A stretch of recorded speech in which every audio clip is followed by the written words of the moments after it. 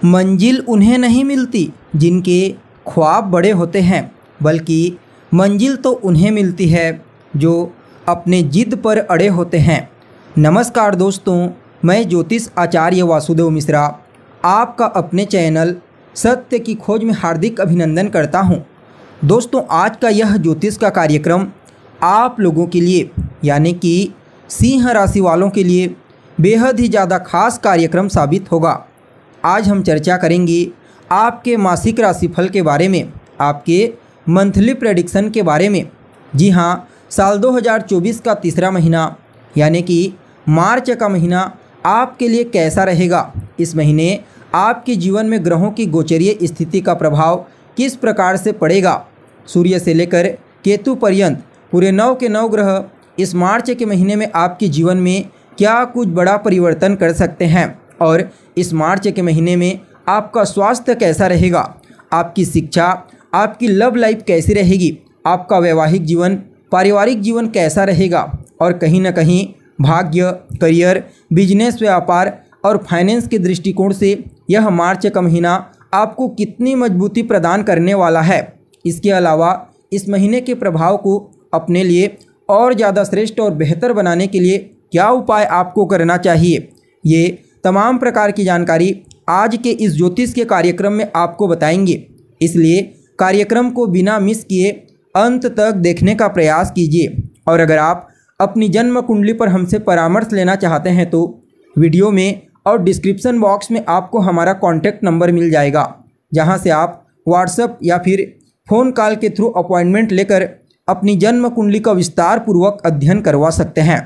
तो दोस्तों देखिए, जब मार्च का महीना प्रारंभ हुआ तो गोचर कुंडली में आपकी राशि से यानी कि सिंह राशि से ग्रहों की स्थिति कुछ इस प्रकार से देखने को मिली। जैसा कि आप देख पा रहे हैं, आपके छठे भाव में कौन विराजमान है, तो सेनापति मंगल के साथ दैत्य गुरु शुक्र आपके छठे भाव में विराजमान हैं। तो वहीं आपके 7th हाउस में सूर्य के साथ शनि और बुध की प्लेसमेंट आपको देखने को मिलेगी, जबकि आपके अष्टम भाव में राहु विराजमान है और केतु आपके 2nd हाउस में आपको दृष्टिगोचर होंगे। इसके अलावा आपके 9th हाउस में यानी कि आपके भाग्य भाव में देवगुरु बृहस्पति का गोचर आपको देखने को मिलेगा। और चंद्रमा की गोचरीय स्थिति के बारे में तो आपको मालूम ही है कि चंद्रमा हर 2.25 दिन में अपना राशि परिवर्तन करते हैं। तो दोस्तों, अब आपको हर एक चीज़ को बड़े ध्यान से सुनना है और समझना भी है। सबसे पहले आपके स्वास्थ्य के बारे में बात करते हैं। तो आपकी राशि के स्वामी कौन होते हैं, तो आपकी राशि के स्वामी सम्राट सूर्य होते हैं। यह बात आपको भली भांति मालूम होनी चाहिए। अभी वर्तमान समय में राजा सूर्य 7म भाव में अपने शत्रु के घर में गोचर कर रहे हैं, लेकिन उनकी पूर्ण 7म दृष्टि उनके ही घर यानी कि आपकी राशि सिंह राशि के ऊपर पड़ रही है। फलतः आपकी सेहत के दृष्टिकोण से इस मार्च के महीने को कुछ हद तक ठीक ठाक ही कहा जा सकता है, क्योंकि सूर्य देव यहाँ पर आपके व्यक्तित्व, आपकी सेहत के ऊपर दृष्टि डालकर कहीं ना कहीं आपके इम्यून सिस्टम को मजबूत बनाने का प्रयास करेंगे।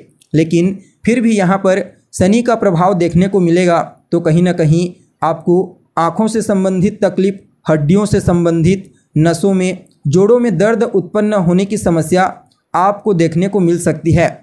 वहीं देखा जाए तो इस समयावधि में आपका पाचन तंत्र भी कुछ हद तक आपको थोड़ा परेशान कर सकता है।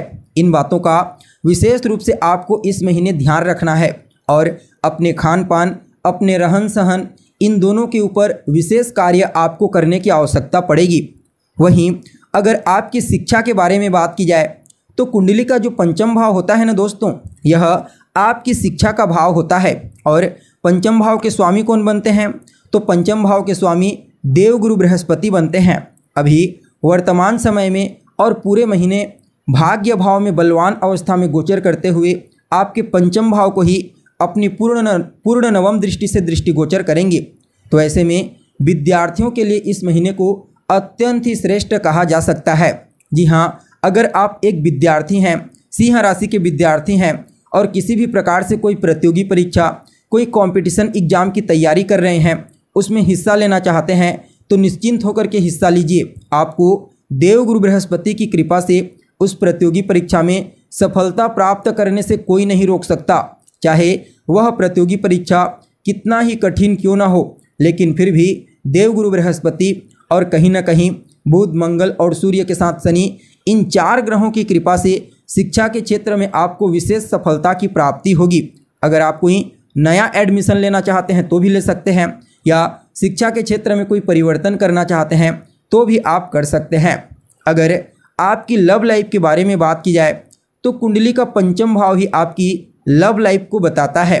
और जैसा कि आपको मालूम है, देवगुरु बृहस्पति अभी बलवान हैं आपके पंचम भाव के स्वामी होकर, तो नो डाउट आपकी लव लाइफ यानी कि आपके प्रेम संबंधों के दृष्टिकोण से भी इस मार्च के महीने को अत्यंत ही श्रेष्ठ कहा जा सकता है। अगर आप किसी के साथ रिलेशनशिप में हैं तो समझ जाइए उसके साथ रिश्ता आपका और ज़्यादा मजबूत और श्रेष्ठ बनेगा।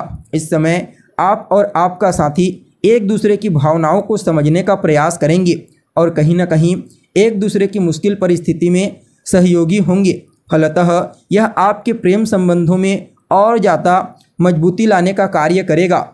देखा जाए तो यह जो समय है आपकी मैरिड लाइफ के दृष्टिकोण से भी काफ़ी उत्तम कहा जा सकता है। जी हाँ, सप्तम भाव होता है आपके वैवाहिक जीवन का, और सप्तम भाव के स्वामी कौन होते हैं तो शनिदेव बनते हैं। सप्तम भाव में ही शनिदेव बलवान अवस्था में गोचर कर रहे हैं, हालांकि सूर्य भी अभी सप्तम भाव में ही गोचर कर रहे हैं। तो ऐसे में देखा जाए तो सूर्य एक अग्नि तत्व के ग्रह हैं और शनि वायु, तो अग्नि और वायु का जब मिलन होता है तो यह अग्नि की प्रबलता में और ज़्यादा वृद्धि कर देता है। तो निश्चित तौर पर यह समय आपके रिश्तों में अग्नि तत्व की मात्रा बढ़ने के कारण, यानी कि क्रोध, अहंकार और चिड़चिड़ापन, ये तीनों चीज़ें आपके दाम्पत्य जीवन में, आपके वैवाहिक जीवन में तनाव का कारण बन सकती है। इस बात का विशेष रूप से आपको ख्याल रखना है। हालांकि यहाँ पर आपके लिए और आपके पार्टनर के लिए, दोनों के लिए ही फाइनेंशियली दृष्टिकोण से इस मार्च के महीने को अत्यंत ही श्रेष्ठ कहा जा सकता है। जी हाँ, इस महीने आपको भी और आपके पार्टनर को, दोनों को विशेष रूप से अपने करियर में, अपने कार्य क्षेत्र में सफलता की प्राप्ति होगी। अगर आप अपने जीवन साथी के साथ मिलकर कोई नया कारोबार, कोई नया बिजनेस, व्यापार शुरू करना चाहते हैं तो आंख मूंद करके कर सकते हैं। आपको वहां पर विशेष सफलता की प्राप्ति होगी। कहीं ना कहीं यह समय आपकी मैरिड लाइफ में फाइनेंशियली दृष्टिकोण से इतना मजबूत होगा कि कहना ही क्या। तो वहीं अगर आपके भाग्य के बारे में बात की जाए तो कुंडली का नवम भाव जो होता है ना दोस्तों, वह आपके भाग्य का होता है और भाग्य भाव के स्वामी बनते हैं भूमिपुत्र मंगल। अभी वर्तमान समय में छठे भाव में अपनी उच्च राशि में बलवान अवस्था में गोचर कर रहे हैं और भाग्य भाव में देवगुरु बृहस्पति, जो भाग्य के अति विशिष्ट कारक ग्रह होते हैं, वह गोचर कर रहे हैं। फलतः पूरे मार्च के महीने भर आपको कदम कदम पर अपने भाग्य का साथ देखने को मिलेगा। और जब भाग्य आपका साथ देने लगेगा तो इसमें कहीं कोई दो मत वाली बात नहीं है कि आप जो भी कार्य करेंगे उस कार्य में आपको सफलता की प्राप्ति ना हो। जी हाँ, आपको भाग्य के सहारे ही सभी कार्यों में विशेष सफलता की प्राप्ति होगी। आपकी इच्छा इस महीने पूरी होने वाली है।